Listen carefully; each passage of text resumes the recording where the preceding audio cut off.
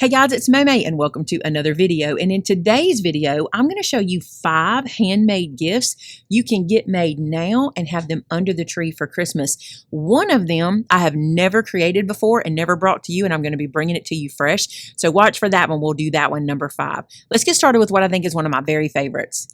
So this is called a 3-page wonder folio. And what makes it a wonder is that it literally takes 3 pieces of cardstock to make it happen. So let me show you how to do this because you can make these for everybody, even if you started today. When I say 3-page folio, I literally mean 3 pieces of cardstock, which means you probably have the supplies to make these in your stash now.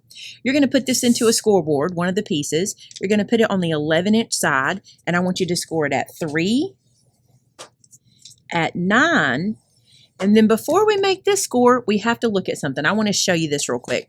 This is my original folio, and I made this with a 1/4-inch spine, so I'll show you how much you can get in here. It works great for the 3-page version, and you can see we have lots of pictures, and there's even 2 pockets in here. If you want this wider, this is where you make that change. Now, for the one we're making today, I'm leaving it at 1/4, so we're going to score 9 1/4. But if you wanted it to be 1/2 of an inch wide, you would just go 9 1/2. And your little flat would be slightly smaller, but not enough to make a huge difference, okay? So you're going to do that to 1. Now we're going to take out another piece of cardstock and score it just like you did that one. So I'm going to score this one at 3. I'll score it 9, and then 9 1/4. Again, though, if I had changed my spine, I'd want to make this the same as what I just scored the last one. Then our third piece of cardstock, we're going to score it on the 11-inch side at 5 1/2. So just score it right in half. Super easy, okay? So I'm going to fold and crease all of our score lines, and while I'm doing that, I want to talk to you about where you can find another version of this video I'm bringing you now. The original video is on my channel. It's called the 3-Page Wonder, and we're going to link it in the description below. You might prefer to see this one done in a standalone video, and also all of the measures and the supplies are listed in the bottom of that video.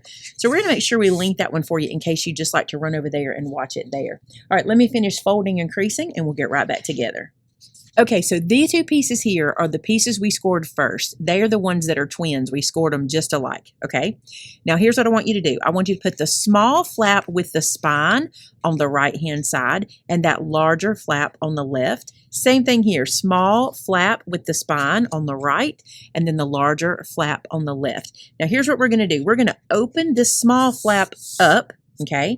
And we're going to take this piece folded and glue it from here on top of here. So I'm going to lay it there and show you what I mean. We're going to glue this right to that first score line, not overlapping the spine and not overlapping our score mark. Okay, so if you look at it here, you've got a score mark and a score mark. We're going to the first one. So let me get some glue. You can do this with sticky tape. You can do this with wet glue, whatever your preference is. We're just going to apply some glue here. Then we're going to place this guy right to that score mark, not overlapping. And we're going to line it up top and bottom. And I like to kind of lift this up and press it in. That helps us get nice and square. So now what you should have is you should have these 2 flaps standing, this one single flap to the side, and your other flap now lives on the back. That's what's going to connect things together, okay? Now, this piece we're going to do something to in just a minute, so we're going to leave that one alone. But this guy is a pocket. So all we have to do here is apply glue top and bottom. And we'll just close this one over, and he is a pocket. Now, what I like to do with these, I'm going to get my cloth to pick up any excess glue. What I like to do with these is give them a tiny pinch. See how that's kind of lifting right there? I don't want too much of a lift, but I don't want it to be super flat where I can't get things inside of it. So just kind of pinch that top and bottom to make that little flap right there happen. And that is now a pocket. All right, this piece here is the last piece, and we simply glue it right here. Now, you have some options. You could turn this into a pocket. If you wanted to glue this on the inside and glue this down 3 sides, top, side, and bottom, I don't like that in this build because I think this needs to be sturdier than that. So what I like to do is glue this right onto the top of it, just like this. So I apply my glue on the whole flap. This just builds stability inside your folio, and honestly, with this one being a 1/4 of an inch spine, I really don't need to have too many pockets, you know what I'm saying? So I'm going to glue this one straight down, just like this. You could, if you wanted to, glue it underneath the flap. Either way works. It turns out the same. So if you want to tuck it underneath there, that's fine too. And then this closes down like this, and then it moves over like so. Now this gets covered up when we decorate, and that is glued all the way down. But this is our classic 3-page folio. Do you see? It's the very first one I ever did that I remember. I think this was my first one, the 3-page folio. So you see here, it opens like this. We have a pocket. This flap opens, closes, and opens again for you to decorate. Now let me show you the one that was completed that I showed you in the beginning. This is the same thing. So if I open it here, you'll see that we have a little pocket behind this photo back here. And then this guy opens. And I do believe we left this one as a pocket in this one. This is a pocket, so you can do what I showed you there if you'd like. But this little guy flaps over. And look at that. This is 1, 2, 3, 4, 5, 6 photos. But wouldn't this be a lovely gift to give to somebody? Maybe you went to a party with them, or maybe they had a special day throughout the year and they had just a few photos and you wanted to share that with them like a little scrapbook. Love this. All right, let's look at the next one. Okay, my next one is the legal pad folio. This is such a sweet little gift.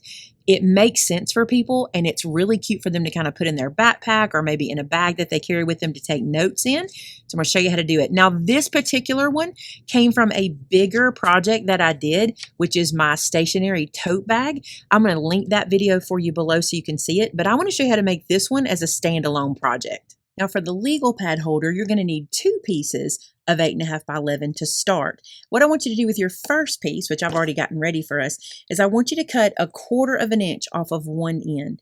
Now, I did that for this particular legal pad to fit into my project that I created, but it's a really good final project and I wanted to bring it to you as a standalone because I think it works really well. If you'd like to see other legal pads that I have made before, the little legal pad holders, we'll link those in the description as well, but this is going to be the size for this one. So 8.25 by 11 is one piece.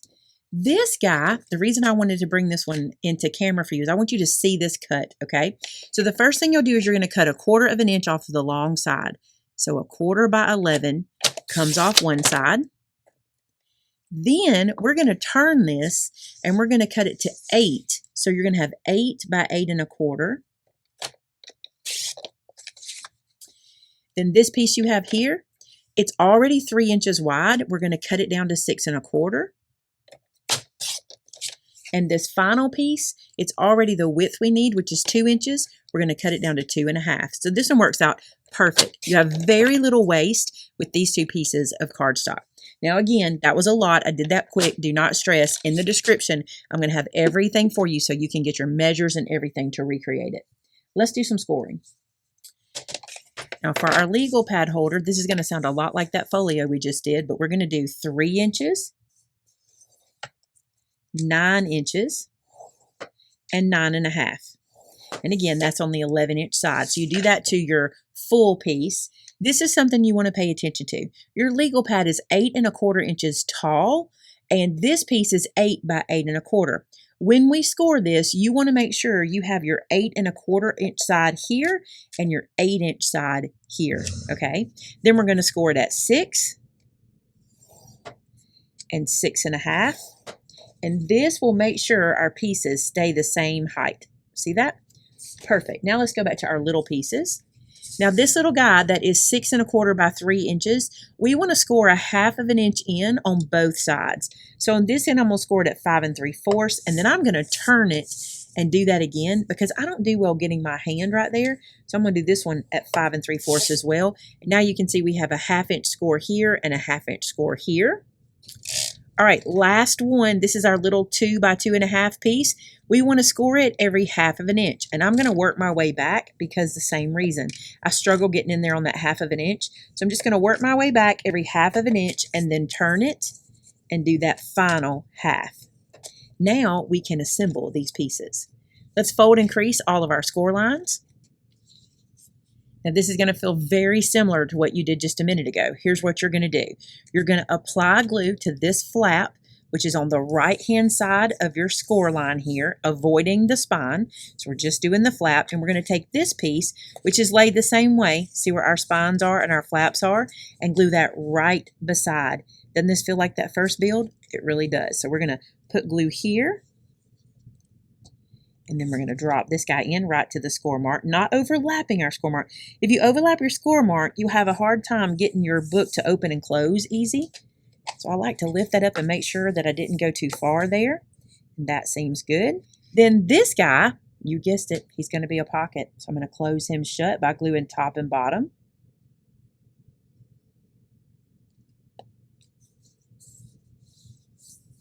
Now here's the fun part. We're going to turn this in to a legal pad holder, and we're using this piece to do that. What you want to do is you want to place this piece down just far enough for your legal pad. Let me grab mine and show you what I mean. So for this one, you can see in the back where the pages go. You just have to make sure you don't get your piece, this guy, so far down that it's not holding the book, or so far down that the book hangs off the bottom. I'll show you what I mean. If we put it just like this, we're good because it's all encased in the folio. But if we get our little piece too far, it might hang down like this, and we don't want that. What I like to do is about 1/2 inch up there from the top. You could probably get away with 1/4, but I think 1/2 inch is fine. So if you want to measure it, that's a good idea. Or you can do this. You can take a ruler and you can place it using the grid 1/2 inch down from the top. You see how I've got this laying over the blue and I've got it at 1/2 inch. Now, when I glue this guy on, I'm going to glue one flap to start. And you can use sticky tape here because this tucks under and gets out of the way. And I'm going to hold my ruler and place this right to the spine, that first score line of the spine. You see I'm leaving the spine open. I'm going to press this into place. Now I don't need this anymore. I'm just going to open this up, apply glue to this flap, and close it down and press it into place. I know I'm that 1/2 inch away at the top. And that will be the pocket that holds our legal pad. Now, you got to have a pen holder. Let me show you how this works. It's very simple. You're going to take that piece we made with all those score marks, and you're going to wrap it up into kind of like a tube. It's more like a little cube casing. And we're going to close this up by gluing one flap to the other at the end, just like that. If you can't reach in there to press it down, you can take a pen or your bone folder and just press in there like that and get that all glued together. Then what I like to do, this is my open end. You see where that seam is? I like to glue that to the side, and I make it even with that little piece there, okay? So you're going to put glue on that closed piece, and you're just going to nestle it right up against our legal pad holder. And again, just press in there to get that pressed into your book.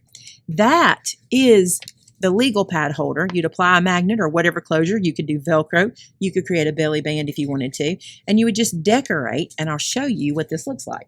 So this is the one I showed you in the beginning, and I'm going to open this up and show you. Do you see what that looks like?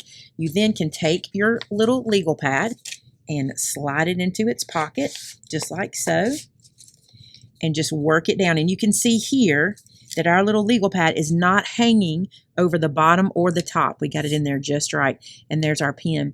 I love a pen that has a little hook at the top. You need that to kind of hold the pen in place. So if you're going to buy some pens to put in here, kind of be mindful of that. And also the cool thing about these RSV pens is you can take these ends off and roll up scrapbook paper and put inside there and make your pen custom as well. So it would match what you're making. All right, that is the legal pad holder all pulled out for you. Now, if you didn't see the stationery tote bag, that's a fantastic gift. I don't think you have time to make those for everybody on your list, but I have a full tutorial on that, and it's a free video with all the instructions, so you want to check that one out too. And if not, pull this out and make this for everybody. For our third gift that you can make now and get under the tree, this is a gift card holder, and it's super cute. It's very simple, and it's been around a long time, but the reason I wanted to mention it today is because I think if you have friends in your family that don't necessarily know you're a card maker or have never seen anything like this, they're going to love when they pull this and the little gift card reveals itself. I just think this is so cute. So I'm going to show you how to create this, and you'll be able to make these for everybody on your list. So the other cool thing about this gift is it uses very little cardstock. You'll be able to make so many of these from your stash. Dig into your scraps first. That's a perfect place to start. So 8 inches by 3.5 inches tall.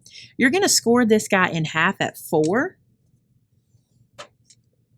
Just like so. And then we're going to turn it in our scoreboard And we're going to score this 3/8 of an inch in on both sides. So I'm going to go right here and do 3/8. You can see how I struggle doing that there, but I did it. We got it done. And then I'm going to come 3/8 inch here. Now, if you want to know those measures exactly, it's 3/8, and this one is 3 1/8. Okay, so this is what we're looking for score-wise. We have the one in the middle, and then the top and the bottom.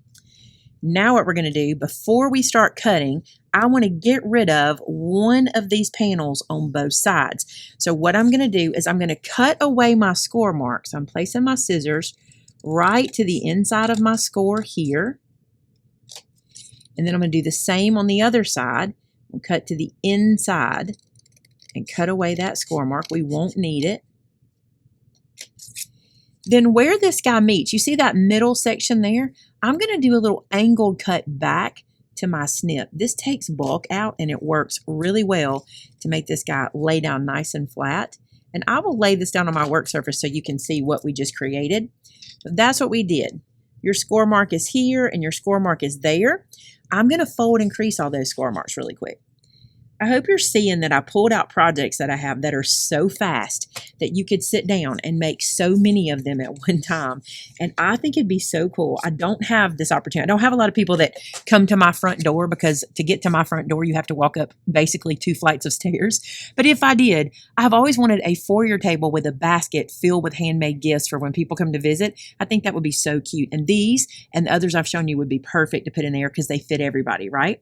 Okay, so now what we'll do is we can close this down and we're going to glue those flaps to the inside. And I know you're like, you forgot the gift card. Hold on. It's so cool how it works. So let's glue this down.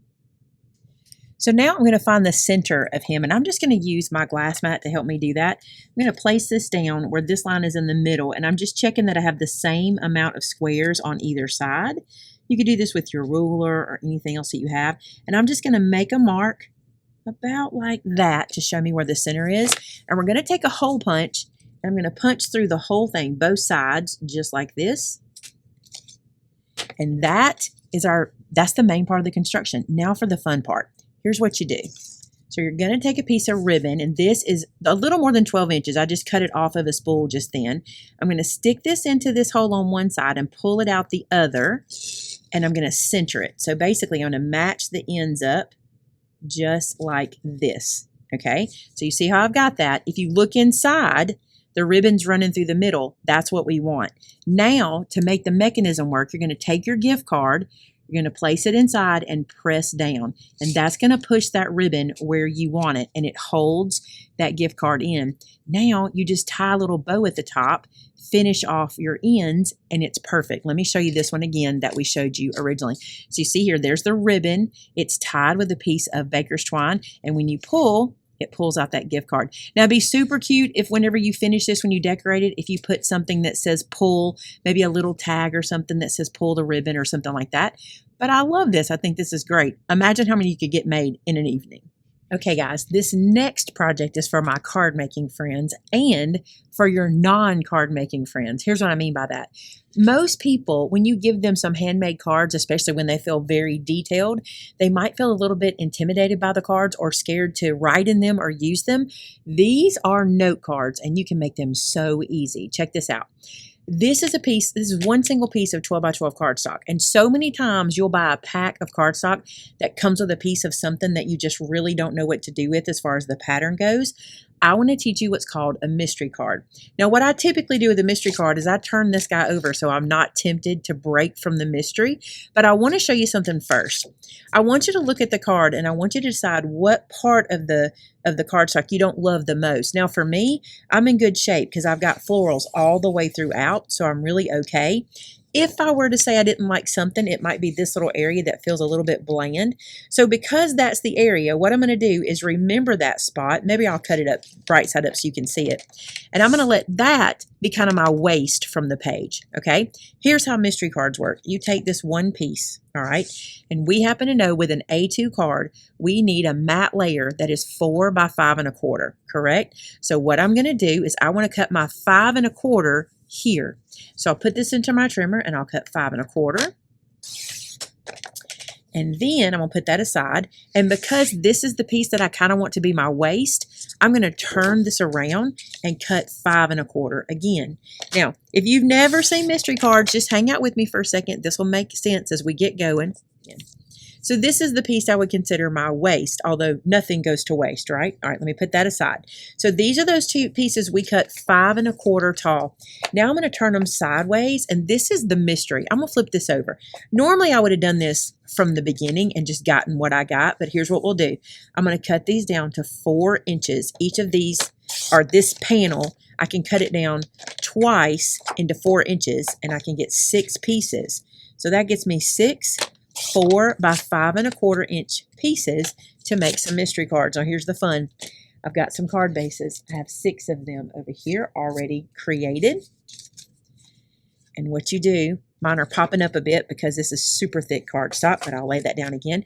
What you do is you take one piece, okay, and you flip it over and you decide which way you want it to go. Now this pattern for me I think is really pretty, but I think I'd like it to go in this orientation, kind of landscape. But what's cool is the kind of cards we're making is they could go either way, right? So now you just glue this and put it down onto the card, and this becomes a note card.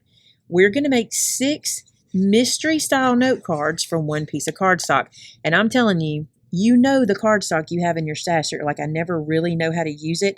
A lot of times it'll have a really pretty design or pattern on it, but it just doesn't make sense for what you do. This is where you use those pieces. So there's number 1. Let's make more. So we'll bring this guy over. I'm going to flip him over, and look how pretty this is. This one right here, and it might go sideways as well. You could do it either way. The other thing I love about this is you can dig into your stamp sets and you can put sentiments right onto these card pieces. Maybe you want to put like a pretty thank you or thinking of you, or, you know, with sympathy. You could put it anywhere on the card if you wanted to. I typically don't for what I'm doing right here, and I'll tell you why in just a second. I'm going to keep going through and gluing these guys on. Look how pretty they are. These pieces turned out so pretty. I'll tell you this too. If you ever have a piece that you don't love the way it turned out, flip it over and use the solid piece on the back, and you can still add a sentiment to that. But I always think these turn out really, really neat when you cut them like this. There's always a way to place a sentiment or some piece of ephemera somewhere on the piece to just really make it look like you thought out where that pattern underneath was going to go. Okay, so as I said, I would tell you why I don't typically like to put a sentiment on these cards. This type of present that I'm creating right now is typically for that person that doesn't do handmade cards, but really more would like to send a note to someone, just a sweet little thinking of you note or something like that. This is very similar to the stationery sets you might buy in the store. Look how custom everything looks. It looks like it all matches so well because we used that one piece of cardstock. And again, you could add sentiments. I wouldn't. I then would add envelopes for every card, and if you're a really good friend, maybe consider adding an extra envelope if you can, because it never fails. At least one time you'll mess up an envelope, right? So you could put an extra envelope in, and let me show you how to package this. So this is a self-sealing bag. This one's about 5.5 by 6.5 to the opening. So what I love about these little bags is you can put a single card and envelope in here and protect the card while you're giving it to someone to use for some occasion. Or if you're someone who makes cards to sell, it's a good way to package them. But look how pretty this looks. Now we'll just peel this little piece off here. And I'm going to fold this just to where it touches the top of my little self-seal bag. And I'll show you why. I'm trying to create for myself kind of this little lip at the top because I want to keep decorating right there. Now I cut for myself a piece that's 3 inches wide by 5.5 long. That's the same width as my little plastic bag, okay?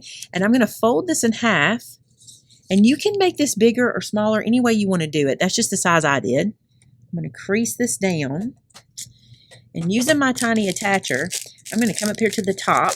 I'll make sure everything's in kind of the bottom of the bag, and I'm gonna lay this over and sandwich it on like so. Then I'm just going to come up here using my attacher and staple it on in a couple of places. So So I have that stapled, and now you can come through and decorate. Put a little sentiment strip just for you. Maybe you do it Christmas themed and you do Merry Christmas. Maybe you put a ribbon and tie a bow. There's so many ways to do this and do this little packaging. So if you don't like the blank on the back, here's a couple of ideas. I've seen this done in other stationery sets. You can take one of these cards and place it on the back so you see it the same on both sides. Or use this area to add a little greeting card of your own. Maybe you make a little flat one-panel card that's Merry Christmas, I hope you enjoy this gift, and then sign it, something like that. I think that would be adorable. So that is gift idea number 4. Gift number 5. This might be my favorite idea I've ever had, and I'll tell you why. So I'm going to create what's called a traveling journal, not a travel journal, a traveling journal. And I'll explain it to you as I decorate so that it'll make more sense as we go. The first thing I have done is I got myself a composition notebook. This one is 9 3/4 by 7.5, and we carry these in our store. We have them in wide ruled as well as college if you need to pick them up. I want to cover the front and back of this on both sides, so inside and out, and then we'll talk about what I'm going to do with it. So when I go to cover a composition book, I like to measure from this black textured piece forward or to the edge. I don't like to adhere anything on top of this because typically it doesn't stay good for long-term use, so I avoid that area. Plus it looks really neat and clean when you're done. So I'm going to put my ruler here and I'm going to measure out, and that gets me 6.5 inches.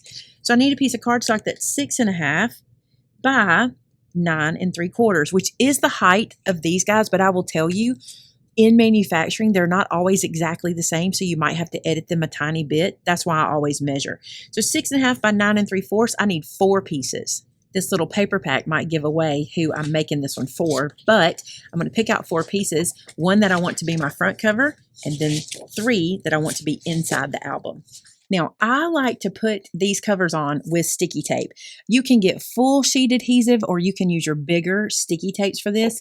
These are the ones I like. They make it super quick and easy. So I'm going to open this up and cover the entire front from this black piece out. So I have the entire front covered in my sticky tape. And what I want to do, you don't have to reveal the entire thing if you don't want to. You could do just a little at a time by just pulling this back. But I want to show you, do you see at the top how I'm kind of hanging over with my sticky tape? If you just reach up there and pull that back into itself, it will get out of your way. And that way all your little outside edges will be nice and clean and not sticky. And if they aren't, because sometimes you'll have a little sticky that goes where it shouldn't around the edges, you can use your embossing powder tool after you've got it all covered and just put some powder on that tape and the sticky will go away. All right, I'm going to turn this to the side and I'm going to line this little guy up. One of my granddaughter's favorite color, if you ask her, she will say rainbow.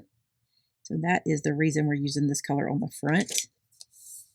Got that lined up like so. And then I can reach under here and pull this out and then lay this down nice and flat. Now, I'm a little bit shy right there. No big deal. I can add a border, which I like to anyway. Also, if you're hanging over the edge anywhere here, let me show you a quick trick to get rid of that. If you have one of these nail file blocks, this works so good.